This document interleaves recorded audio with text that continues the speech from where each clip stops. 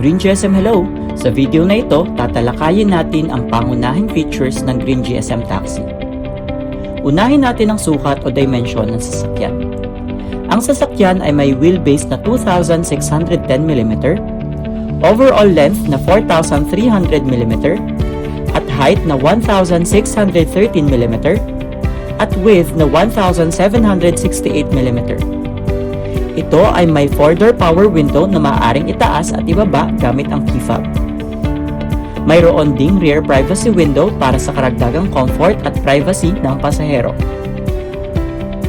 Ngayon naman, tignan natin ang exterior features. Ang sasakyan ay may rear camera at rear sensor na tumutulong sa 360 degrees awareness para sa mas ligtas na pagmamaneho at pagparada. Ang tail lamp ay LED at may distinctive na design na kumakatawan sa identity ng sasakyan.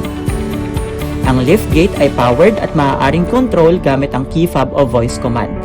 Tandaan, ang voice command ay deactivated sa ating Green GSM Taxi. May kapasidad ito na 290 liters, sapat para sa bagahe ng pasahero. Dumako naman tayo sa powertrain system. Ang sasakyan ay may maximum power na 110 kW o 147 horsepower at maximum torque na 242 Nm. Mayroon itong generative braking system na tumutulong sa energy efficiency habang nagmamaneho. Ang battery capacity ay 41.9 kWh at may range na hanggang 318.6 km sa full charge. Ito ay batay sa standard NEDC. Ito ay front-wheel drive at may tatlong drive modes: Eco, Comfort, and Sports mode. Para sa kaligtasan, mayroon itong Safe to Secure or S2S features. Ito ay may CCTV at dashcam para sa monitoring at recording ng biyahe.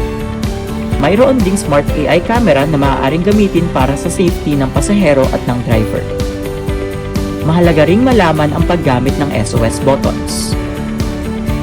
Ang driver SOS button ay matatagpuan sa ilalim ng steering wheel. Samantala, ang customer SOS button ay nasa passenger side malapit sa pinto sa kanang bahagi.